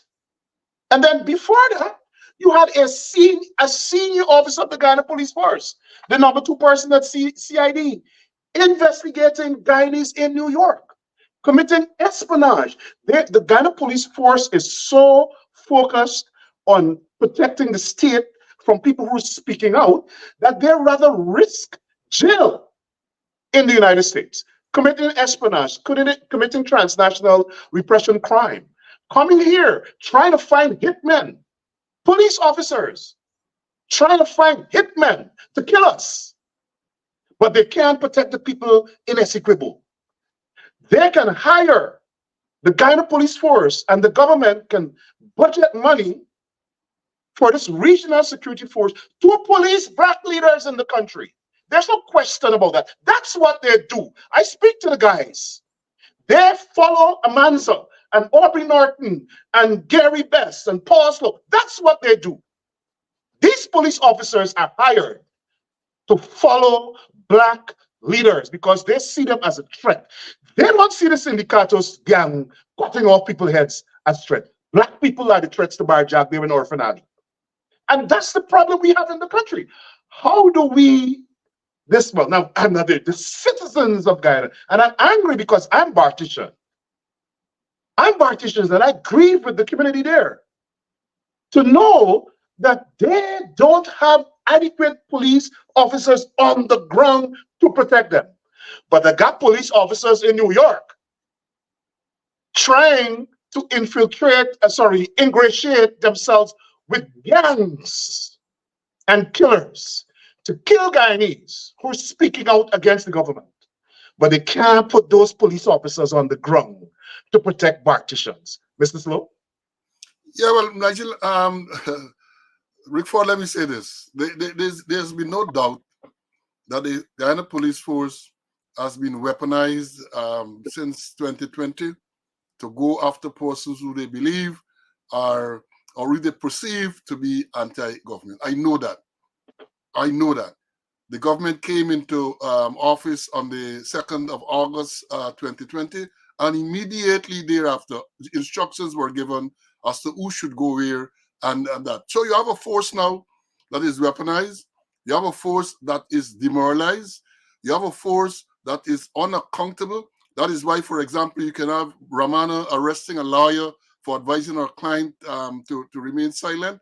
And you have the case with Dharamlal. You have so many cases where the force is weaponized. You have what I refer to as the Indianization of the police high command, and the evidence is there. People who are not qualified are put in these positions for precisely the action they took in the Dharamlal case and other cases. So when reports are made against these people, nothing happens. If any investigation is done, it is blotched, and it goes no further. And the evidence, I've been gathering the evidence. When I talk about the weaponizations, you have the force, Region 1, Region 2, Region 3, Region 4B, Region 4C, Region 6, Region 8, all of those persons. And when you look at the qualification of most, not all, when you look at the You mean all of the commanding officers are East Indian? commanding officers of Yes. all of those divisions that they call are East Indian officers who were pitchforked into those positions. And as I've said, not all of them, some of them are qualified and can function, right? But you have a lot of qualified African Guyanese police officers who are not given the same opportunity, and they're not going to speak out because people are worried for their pensions and all of that, and worried of being victimized and the like. So they stay quiet, but they're demoralized. They do as little as possible, as little as possible. And that is what, when you talk about Region 7, Bartica, Region 8, the evidence is there. You have people there who are not competent, who are not qualified to lead those places properly. So they're there, and proper systems are not put in place. Look, let me say, the same tape you showed earlier with the bodies being brought from the Baghdad. I look at the thing and I was horrified to see no control, everybody just running there, no attempt to make any control. That's Bartica. When you had the Madhya fire, the next day, the Prime Minister, the Minister of Education, they're all in the debris walking around. No investigation at commence. You had the Rignan police fire, a Saturday, and the very next morning, heavy duty machinery is there to remove the debris. So what type of investigation are we talking about? No The forensics. next morning, you have a fire this Saturday, and the next morning, the very next morning, the Sunday morning, heavy duty machinery is removing the debris. And I said that tells you of the thinking of these people. Let me give an next example. You have some, we refer to, and I just spoke about forensic capability and all of that, which is necessary, which is a requirement if you're going to have successful prosecution. There's an officer that is sent to study forensic science in Russia for 5 years, a female officer. On her return, she's in some other corner doing nothing, having nothing to do with her training for 5 years in Russia. And that tells you of the thinking of these people in the High Command. It tells you of the thinking of the people in the government. And therefore, it is sad to say that these things are going to continue to happen, because following the killing of these two persons, I suspect you're going to have lots of statements and maybe even patrols being dispatched to the area, and look to see what happens in the next 2 weeks or 3. Nothing. These things are not sustained. They are not properly thought out. They are just knee-jerk reaction to a situation, and therefore, situation is not going to improve. Nigel, there seems to be. For just one quick moment. Just quick moment. My audio was fading a little bit, but I thought you said that I was the chief of staff at the time when officers went to New York to follow you. No. I said you were former chief of staff, so you don't have to comment on that. I was what? Say that again. No, I said, seeing that you were a former chief of staff, you don't have to comment on it. Oh, because I wanted to. But maybe you can tell us if you were. No. I want to make it very clear. At no point in time when I was chief of staff, I authorized any officer to go to New York to follow anyone to conduct any political work. Not at all. Not under my watch as chief of staff. That never happened under my watch. So I don't know if I misheard you, but even if I did or didn't, I want to go on record to make it very clear for persons who may have misheard you to think that at any point in time I did authorize. Thanks for the clarification. No, that's not what I said. I said you were a former chief of staff, so you don't have to comment on that. No, I just wanted to clear the air. I'm not sure why I don't have any video and only audio, but it has to be a technical issue. Right. But I can confirm that officer did come and was for a short time with CGID, And we did get a warning from the FBI at that point in time. And that officer met me and apologized to me at the United Nations. Well, that's commendable to him, and that's post Gary Best in any event. But that's good. The GDF. It shouldn't be It happening. might be post or prior or before. It might be before your time. But before my time would have been another chief of staff who would not allow that to happen. So let me go on record again. And before okay. his time, it would have been a chief of staff who would not have allowed that to happen. So it has to be. I'm reassured. But that's how the intelligence about the pressure that the United States government was about to put on Guyana to release Mark, and that's how Bart Jagdeo called Robert Corbyn and told Robert Corbyn to let us in New York know that Mark would be released, because Senator Hillary Clinton at the time was going to get involved in that matter, and that's how Mark was released. Anyway, and Robert Corbyn can tell the rest of the story. But coming back to the situation in Bartica, I wanted to ask Nigel and Amanza, in terms of the police investigation, this is now from a policy point of view. Sometimes I wonder if it is a lack of training or it's deliberate, because there could be hair and fiber. Nigel, you spoke extensively about this matter during the Isaiah and Joel Henry's murder. This police force doesn't seem to have any concern about hair and fiber evidence, scientific evidence, right? They just go and they mash up the crime scene. They do all sorts of things. People were trampling with the bodies there. The fiber from the clothing of these criminals that killed these people could be, on the clothing of these victims, on the motorcycle. There seem to have been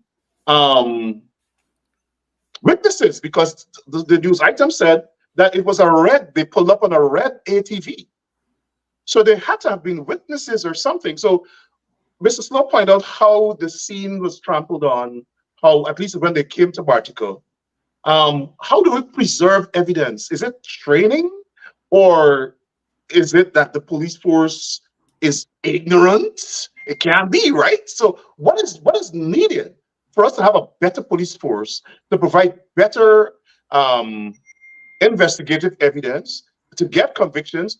I noticed Justice Joan Barlow dismissed the case because they charged the people wrongfully. They had no evidence. Mr. Slow just referenced another one. It's happening all the time in the courts. How do we address this problem? Nigel, and then Amanda. Speaking from the defense attorney perspective, what we see here all the time in Guyana is that there's an over-reliance on confessions, complete and absolute over-reliance. And the problem with that is people go into the police station, and then within half an hour, 2 hours, 3 hours before the next day, they confess.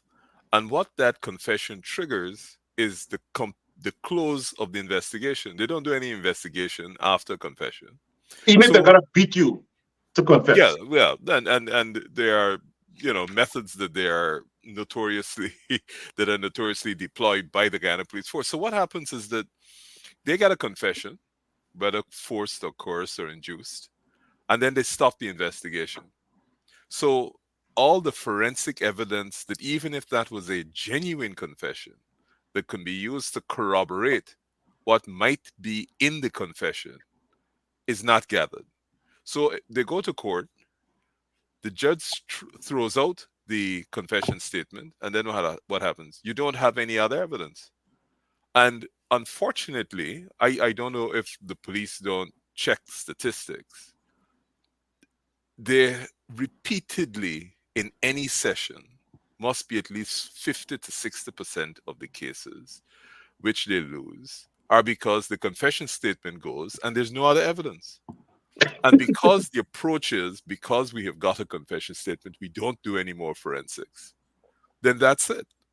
And people end up in the victims, and I feel sorry for them, because the problem with victims is it's not a problem, sorry. If victims feel that an accused person has got a fair trial and has gotten off because of legitimate reasons, it is not as bad as where a person is acquitted because of incompetence. You will remember when Minister Rohi was, I think, Minister of Home Affairs, they built a forensic lab near University of Guyana Mhm. that cost over $1 billion. $1 billion, right? Completely useless facility because it didn't have ventilation. They built that facility, it didn't have the capacity to do DNA testing and other basic requirements, which are probably now very old school. And because there is no pressure on the police from the civilians, and the only pressure they perceive is the pressure from the government. If the government doesn't want them to produce results, then there's no pressure for them to Well, I was produce. just going to say that you can't expect the government to want to give the police ability to catch themselves. I mean, Well, and you touched on an interesting point: white collar crimes.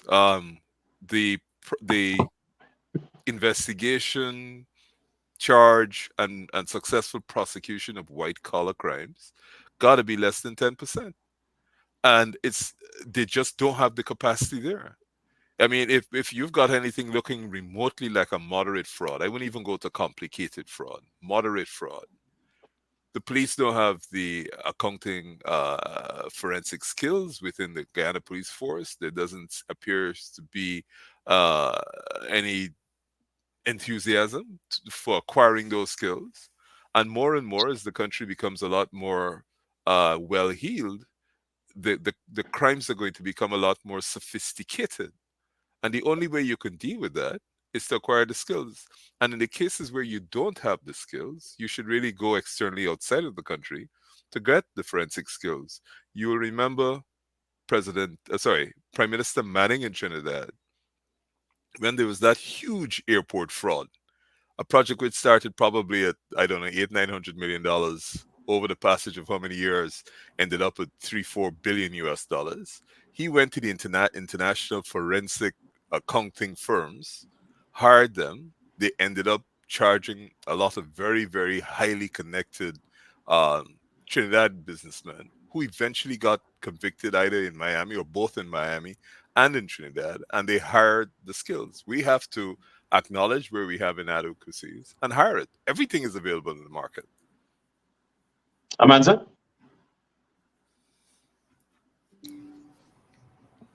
Yes, look, I agree with everything that Nigel has said, and I certainly defer to his expertise in that area as the defense attorney. I am not one for courtroom practice, and so I rely and agree completely with what he has said there. The perspective I want to look at it from is a more macro one. And that is that everything that we have discussed, and I think Gary alluded to it earlier, are symptoms of a problem. Fundamentally, I think we as Guyanese citizens have to decide the type of nation that we want to live in. And we have to begin to hold government accountable, irrespective of which government it is. We have to begin to hold government accountable to deliver the type of country that we see ourselves living in. All of this corruption, this incompetence, this lack of vision, everything rises and falls on leadership. And the fact remains that our country right now has poor leadership. The other problem is that we as a population um, have to endeavor within ourselves to hold the government more accountable and to make our decisions based on principles and policies. And we have to resist being so susceptible to being divided on grounds of race and these things that have plagued us since our independence, quite frankly. And so all of this is happening to us whilst we are on the cusp of serious development.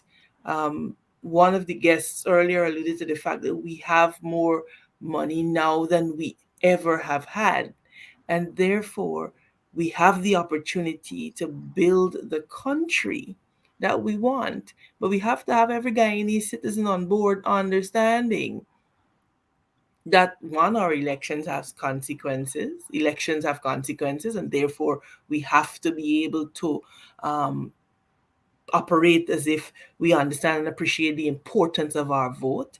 And we have to begin to demand better. We have to begin to demand better. We have to agree that better is possible. We have to agree that more is possible.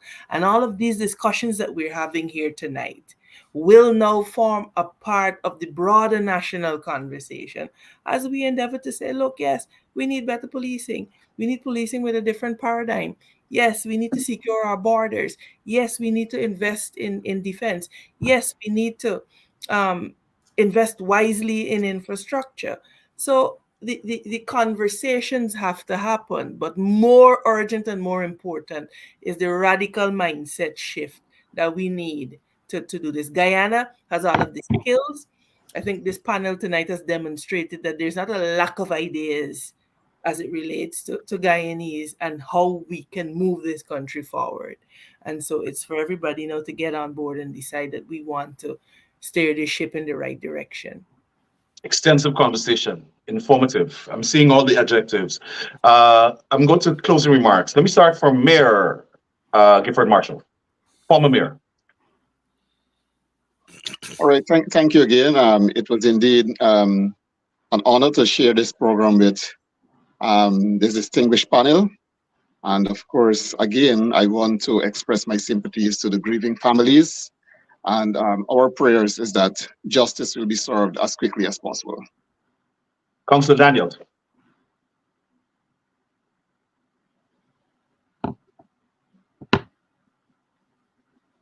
David? Oh, yes, very sorry about that. Thank you very much for having me on the program tonight. And indeed, it's a wonderful panel.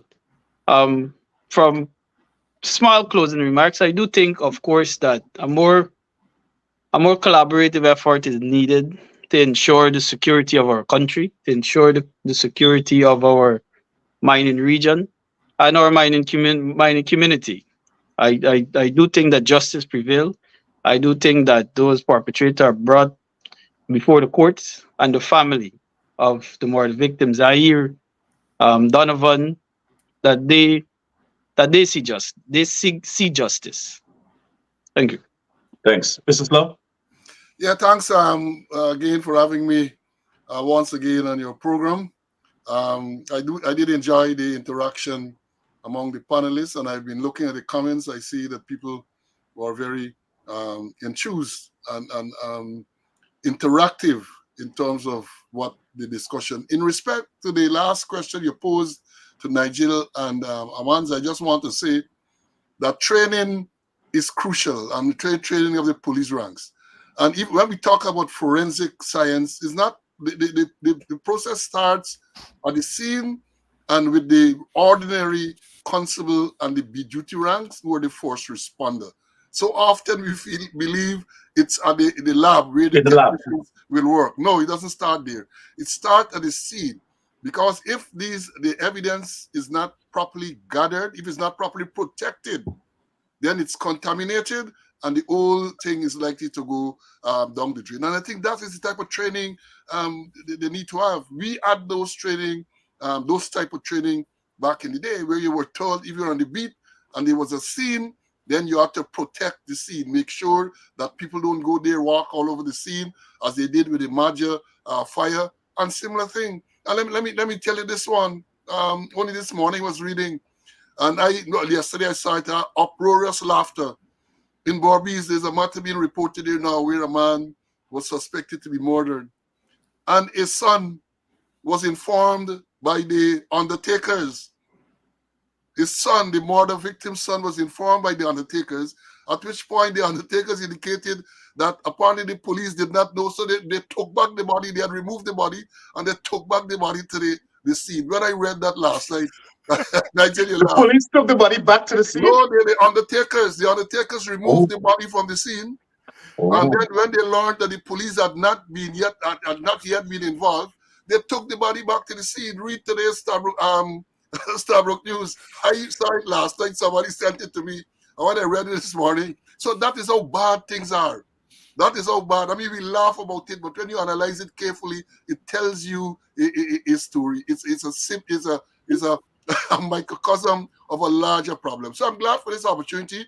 I want to join with the others in expressing condolences to the relatives of the deceased person and Barticians as a whole. And I say that we can do better. We must do better. Thank you very much. Dr. Best. Thank you again to my colleagues and persons listening. Condolences to the family. I think it's important for me to say that at this stage of the Guyana Police Force, I think it is important for the force to look at security through a different prism. I believe the state-centric approach to security is not working and will not work. The police need to transition to a citizen-oriented approach to policing.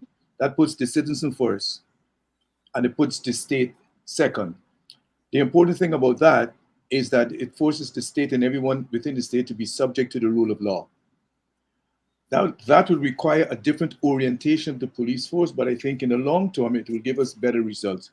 So my closing remarks would be for the police force to think carefully about moving from a state-centric approach to security to a citizen-oriented approach to security, where the people come first and the state come last. So again, I want to thank you for having me on the program. I'm sorry I couldn't provide any videos, no fault of mine. My good looks be presented from the public for the second time, Rick Ford, but it's all right, it's all good. But I want to thank you again for having me on the program. Thank you. I think the public knows what you look like, who you are, and your good looks. Redford doesn't like competition. Sorry, me? Yes, Nigel. Again, thank you for having me in the program, Rickford. And again, sympathies to Zahir and Donovan's families. For me, this is just part of the process of us trying to identify what a modern Guyana should look like in a time of apparent plenty.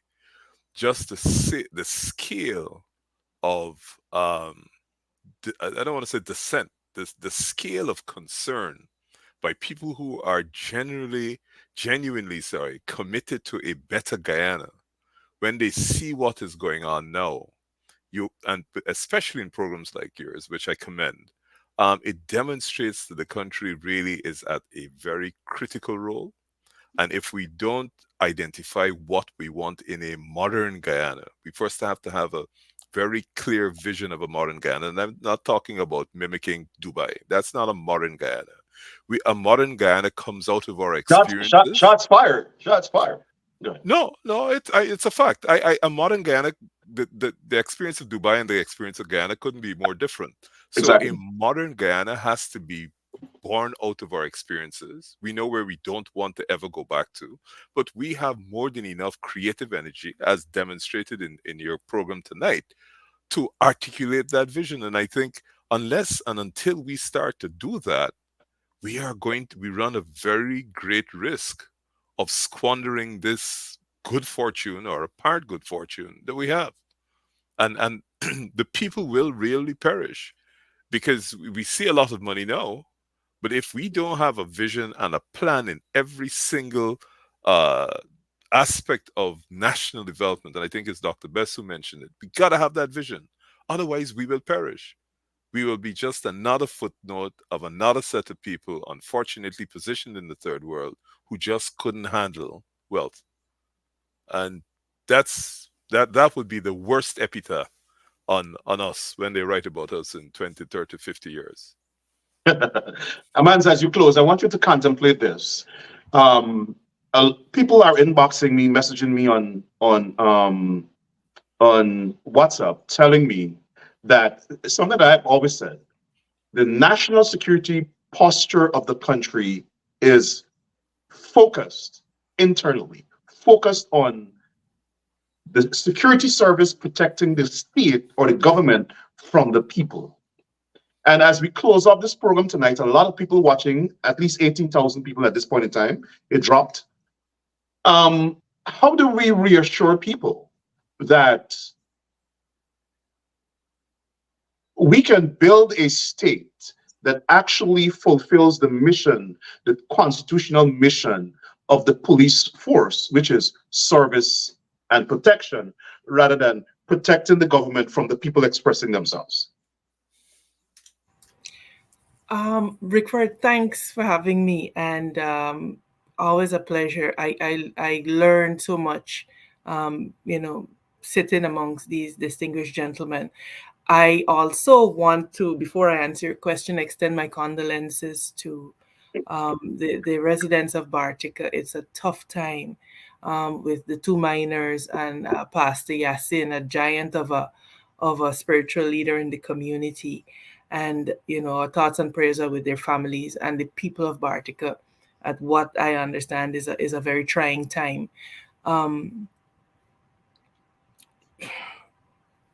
Where there's no vision, as we were all saying, the people perish, and the people of Guyana are perishing. It rises and falls on leadership. The police force is an amplification of the government, and so if you have a rotten government, you'll have a rotten police force.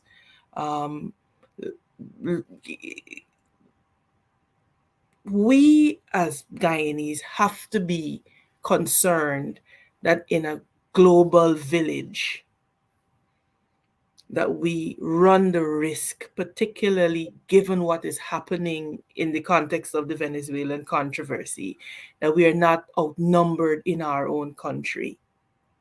And so my admonition to us tonight is to wake up and look up. Look up and see and understand that whilst this PPPC government keeps us fighting each other on grounds of race, class, and all of these things, that there is a movement happening around us where people who were not born here are coming into the country and are participating to a far greater extent in our patrimony than we are. And it has to concern us. We have been speaking for the longest while about the Venezuelan issue. Right now in Region 1, Venezuelan nationals outnumber Guyanese at least 2-1. That is the reality of it. Doesn't mean that we're anti-Venezuelan, because we are not. Or xenophobic, exactly. It does not mean that we're xenophobic, because we're not. That is the reality of the statistics and what obtains. And what it means is that for a small population like Guyana, we are vulnerable when divided. The only way that we are going to withstand it is for us to come together. And let me make this very, very clear. There's a reason why this current government does not fan the flames of patriotism. If you notice, leading up to the Venezuelan referendum, there was a movement towards national unity. That has all but ceased, because the PPP government understands that when Guyanese understand that we got to live together as brothers or we will perish together as fools, as Martin Luther King said, they are afraid of us understanding that, Rickford, and that is the truth of the matter. And so unless we as Guyanese insist that, as my brother Nigel will say, that better comes, we are going to find ourselves relegated to second and third class citizens in this country. Our security is going to be jeopardized, because guess what? The people who are coming in will arm themselves with their own security.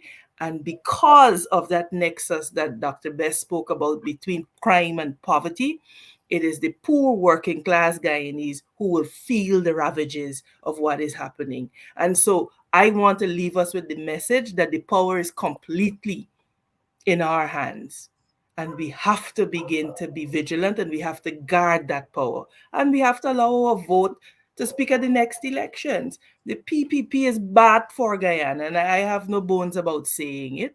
And they're bad for Guyanese, because they do not see Guyanese, irrespective of whether you're Afro, Indo, Guyanese, they don't see Guyanese as a meaningful part of the development. They see Guyanese as pawns to be moved around, manipulated, so that they can continue to rob and rape and plunder our patrimony and enrich themselves.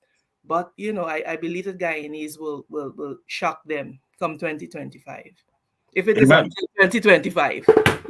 Amen. Thank you. So we had a really good discussion tonight. I enjoyed it thoroughly. I learned so much. So many ideas flowed. The audience liked it. Read the comments. Go back and watch the show. And thanks to all of you who joined it. Let me thank you very much. Former Mayor Bartica, Gifford Marshall, Bartica, sorry, Region 7, Regional Council, Coyote Mazuruni, David Daniels, thank you very much. Former Police Assistant Commissioner of Police, Paul Slow, former Chief of Staff of the Guyana Defense Force, Dr. Gary Best, Attorney at Law, Member of Parliament, Amanda Walton Desir, and none other than Mr. Nigel Hughes, famed attorney at law. Thank you all for joining us. Thank you. Thank you, Rickford. Have a good Thank morning, gentlemen. It's after Have a midnight good. here. I'm sorry to Good keep you night. guys so late. Amanda, I'm very happy you reminded Rickford of me. Thank you guys very much. And to all of you, the audience, thank you very much for joining us. I want to join with all the panelists and extending my deep condolences to Donovan and Zahir's family and friends in Bartica, and to all the people of Bartica. As a Bartician, I mourn with you, and we hope that you'll get justice for the slaying of these two young men who are so valuable to our society. Thank you for watching, and we'll keep them in our prayers. Have a good night, everybody.